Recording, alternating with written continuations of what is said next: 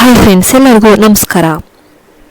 ನಮ್ಮ ಚಾನೆಲ್ಗೆ ಎಲ್ಲರಿಗೂ ಸ್ವಾಗತ. ಇಂದಿನ ಮಹತ್ವದ ಸುದ್ದಿ ಕರ್ನಾಟಕದ ರಾಜ್ಯದ ಲಕ್ಷಾಂತರ ಮಹಿಳೆಯರ ಜೀವನಕ್ಕೆ ಸಂಬಂಧಿಸಿದೆ.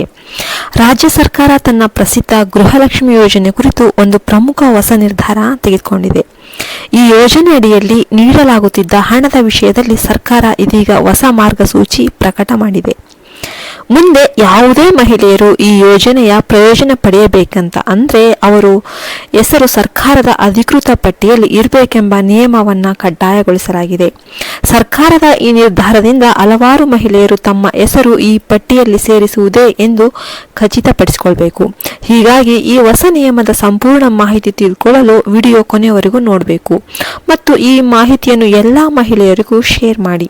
ಕಳೆದ ಕೆಲವು ತಿಂಗಳುಗಳಿಂದ ಗೃಹಲಕ್ಷ್ಮಿ ಯೋಜನೆಯ ಹಣ ಬಹುತೇಕ ಮಹಿಳೆಯರ ಖಾತೆಗೆ ಜಮಾ ಆಗದೆ ಇದ್ದಿದ್ದರಿಂದ ಹಲವರು ಅಸಮಾಧಾನವನ್ನ ಆಗಿದ್ರು. ದೀಪಾವಳಿ ಹಬ್ಬದ ಹೊತ್ತಿಗೆ ಹಣ ಬರುವ ನಿರೀಕ್ಷೆ ಕೂಡ ಇತ್ತು. ಆದರೆ ಅದೇ ಸಮಯದಲ್ಲಿ ಹಣ ಬರದೆ ಮಹಿಳೆಯರು ನಿರಾಶರಾದರು. ಇದರ ನಡುವೆ ರಾಜ್ಯ ಸರ್ಕಾರ ಹೊಸ ನಿಯಮವನ್ನು ಜಾರಿಗೊಳಿಸಲಿದೆ.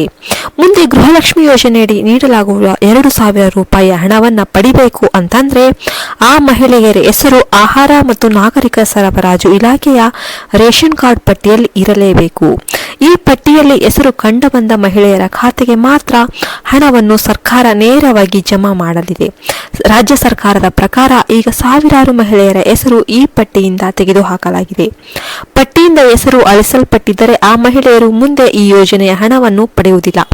ಆದ್ದರಿಂದ ಪ್ರತಿಯೊಬ್ಬ ಮಹಿಳೆಯರು ತಮ್ಮ ಹೆಸರು ಪಟ್ಟಿಯಲ್ಲಿ ಇದೆ ಅಥವಾ ಇಲ್ಲವೆಂದು ಪರಿಶೀಲನೆ ಮಾಡಬೇಕು. ಇದಕ್ಕಾಗಿ ಸೇವಾ ಸಿಂಧು ಪೋರ್ಟಲ್ ಅಥವಾ ಆಹಾರ ಮತ್ತು ನಾಗರಿಕ ಸರಬರಾಜು ಇಲಾಖೆಯ ಅಧಿಕೃತ ವೆಬ್ಸೈಟ್ಗೆ ತೆರಳಿ ರೇಷನ್ ಕಾರ್ಡ್ ವಿವರಗಳನ್ನು ನಮೂದಿಸುವ ಮೂಲಕ ನಿಮ್ಮ ಹೆಸರು ದಾಖಲಾಗಿದೆ ಎಂಬುದನ್ನು ಪರಿಶೀಲಿಸಬಹುದು. ಸರ್ಕಾರದಿಂದ ನೀಡಲಾದ ಮಾಹಿತಿ ಪ್ರಕಾರ ಅನೇಕ ಮಹಿಳೆಯರು ತಮ್ಮ ದಾಖಲೆಗಳನ್ನು ನವೀಕರಿಸದ ಕಾರಣ ಅವರ ಹೆಸರು ಪಟ್ಟಿಯಿಂದ ತೆಗೆದುಹಾಕಲಾಗಿದೆ. ಹೀಗಾಗಿ ಈಗಲೇ ತಪಾಸಣೆ ಮಾಡುವುದು ಅತಿ ಮುಖ್ಯ.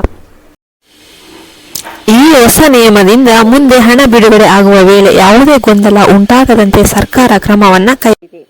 ಫ್ರೆಂಡ್ಸ್, ಸರ್ಕಾರದ ಈ ಮಹತ್ವದ ಸಂದೇಶವನ್ನು ನೀಡ್ತಾ ಇದೆ. ದಾಖಲೆ ಸರಿಯಾಗಿ ಇರಿಸಿದವರು ಮಾತ್ರ ಸರ್ಕಾರದ ನೆರವು ಪಡೆಯುತ್ತಾರೆ. ಆದ್ರಿಂದ ಪ್ರತಿಯೊಬ್ಬರು ತಕ್ಷಣ ತಮ್ಮ ಹೆಸರನ್ನು ಪರಿಶೀಲಿಸಿ ಅರ್ಹರಾಗಿದ್ದರೆ ಯೋಜನೆಯ ಲಾಭವನ್ನು ಖಚಿತಪಡಿಸಿಕೊಳ್ಳಿ.